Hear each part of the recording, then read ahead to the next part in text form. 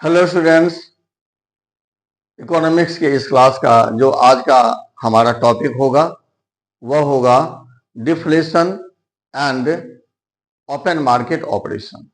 ठीक है, या इसको पलट दीजिए, open market operation and deflation. ठीक है, जो आज का हमारा टॉपिक है वह है open market operation and deflation. ठीक है, डिफ्लेशन यानी कि जो ओपन मार्केट ऑपरेशन है, ओपन मार्केट ऑपरेशन है, तो इसका यूज डिफ्लेशन को कंट्रोल करने में किस प्रकार से किया जाता है, आज हम लोग इसी पर डिस्कशन करेंगे।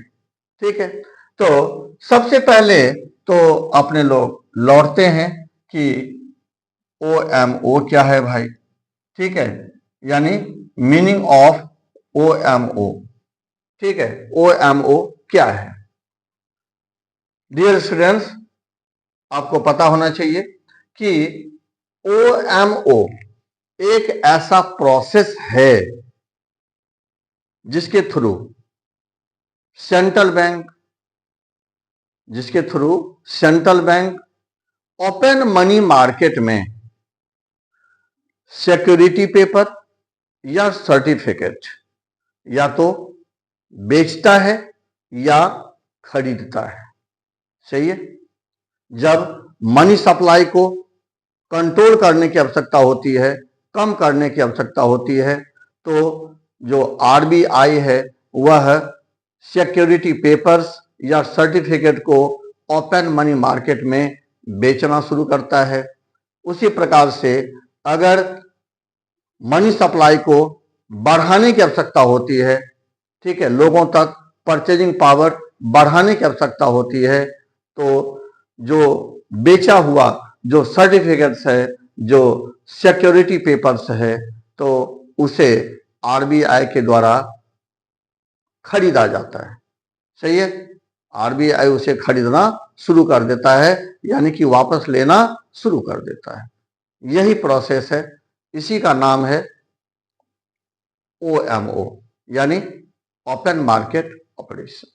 सही है, ओपन मार्केट ऑपरेशन इसी का नाम है। अच्छा, अब ये सवाल उठता है कि ओपन मार्केट ऑपरेशन का यूज करके, ठीक है, ये जो OMO है, ये ओपन मार्केट ऑपरेशन का यूज करके यह डिफ्लेशन को किस तरह से कंट्रोल करता है। ठीक, डिफ्लेशन को किस तरह से कंट्रोल करेगा?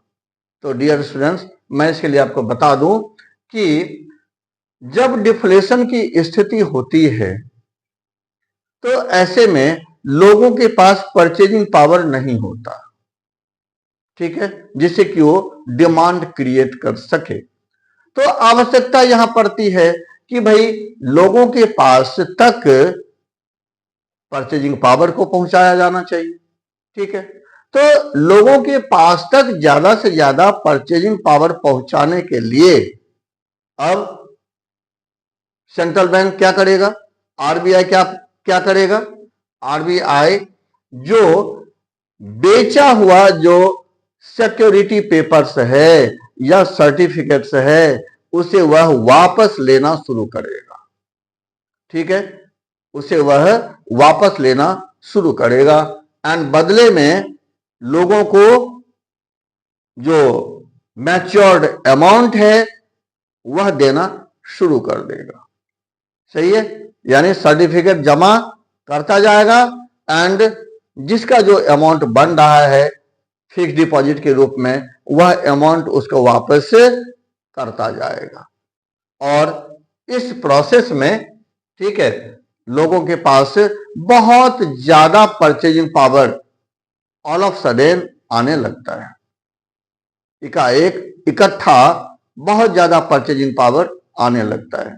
ठीक, न केवल लोगों के पास बल्कि अब कॉमर्शियल बैंक्स का जो डिमांड डिपॉजिट है वह भी बढ़ना शुरू हो जाएगा, क्योंकि जब लोगों के पास परचेजिंग पावर आएगा, ठीक है, तो लोग थोड़ा बहुत अपने पास रखेंगे, बाकी अमाउंट कहाँ जमा करेंगे? वो बैंकों में जमा करेंगे। तो जैसे ही बैंकों में जमा किया जाएगा, वैसे ही उसका जो डिमांड डिपॉजिट है, बैंक कॉमर्शियल बैंक का जो डिमांड डिपॉजिट है भाई, वह भी बढ़ना शुरू हो जाएगा। एंड जो कॉमर्शियल बैंक है वह भी ज्यादा से ज्यादा लोन देना लोगों को शुरू कर देगा।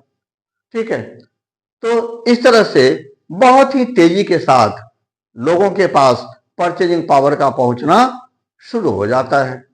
ठीक, एंड जैसे ही लोगों के पास पहुंचना शुरू हो जाता है ये परचेजिंग पावर, तो लोगों के द्वारा एक्स्ट्रा डिमांड क्रिएट होना शुरू हो जाता है।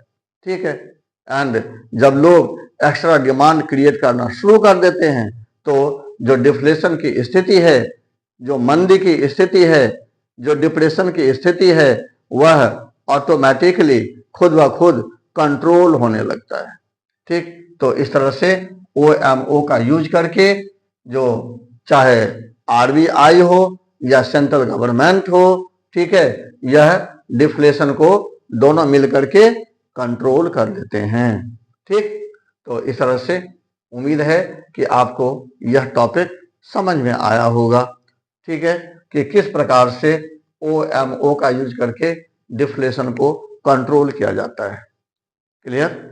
तो चलिए फिर अपने लोग मिलते हैं भाई दूसरे वीडियो में दूसरे टॉपिक के साथ। Thank you for watching.